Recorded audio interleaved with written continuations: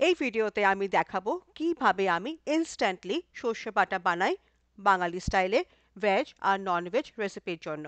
বাঙালি iconic রেসিপিতে ব্যবহার হয় যেমন ইলিশ পাতুরি, ইলিশ ভাপা, বড়া, সর্ষে বেগুন, সর্ষে ঢ্যাঁড়স, সর্ষে চিকেন, সর্ষে ডিম ইত্যাদি।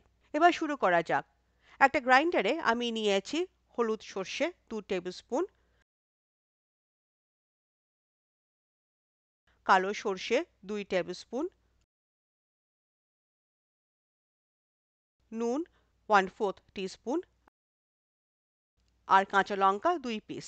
যে কোনো এক রকমের সর্ষে ব্যবহার করা যায় বা দুই ধরনের সর্ষে একসাথে কম বেশি বা এক পরিমাপেও ব্যবহার করা যায়। কালো সর্ষে বেশি ঝাঁঝালো হয় হলুদ সর্ষের চেয়ে। গ্রাইন্ডারে 1 থেকে 2 মিনিট পিষে নিয়েছি হাই স্পিডে যতক্ষণ না এমন আঠালো ডেলা হচ্ছে। মনে রাখতে হবে সব সময় সর্ষে নুন আর কাঁচা লঙ্কা দিয়ে বাটতে হয়, না হলে সর্ষে বাটা তেতো হয়ে যাবার চান্স থাকে। চামচ বা আঙুল দিয়ে ডেলা ভেঙে দিয়ে 4 থেকে 5 টেবিল স্পুন জল মিশিয়ে ইনস্ট্যান্ট সর্ষে বাটা করে নিই।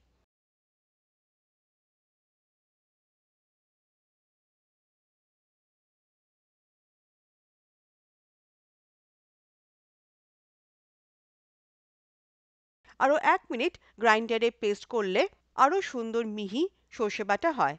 একটা দরকারি সূচনা, 4 টেবিল স্পুন গোটা সর্ষে থেকে আমরা পাই হাফ কাপ সর্ষে বাটা ছাল ছাড়া আর 2/3 কাপ ছাল শুদ্ধ। এইভাবে প্ল্যানিং করে নেবে কতটা তোমার চাই। এইভাবে রান্নাতে ব্যবহার করা যায়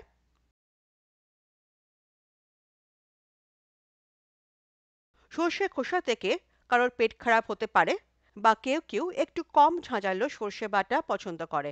আবার কিছু সর্ষে বাটা তেতো হয়ে যায়। একটু জল দিয়ে পাতলা করে নিয়ে ভালো করে ছেঁকে নিলে এই সমস্যা আর হয় না। আমার সর্ষে বাটা রেডি। আমি আবার ফিরবো একটা নতুন রেসিপি নিয়ে। এখন টাটা।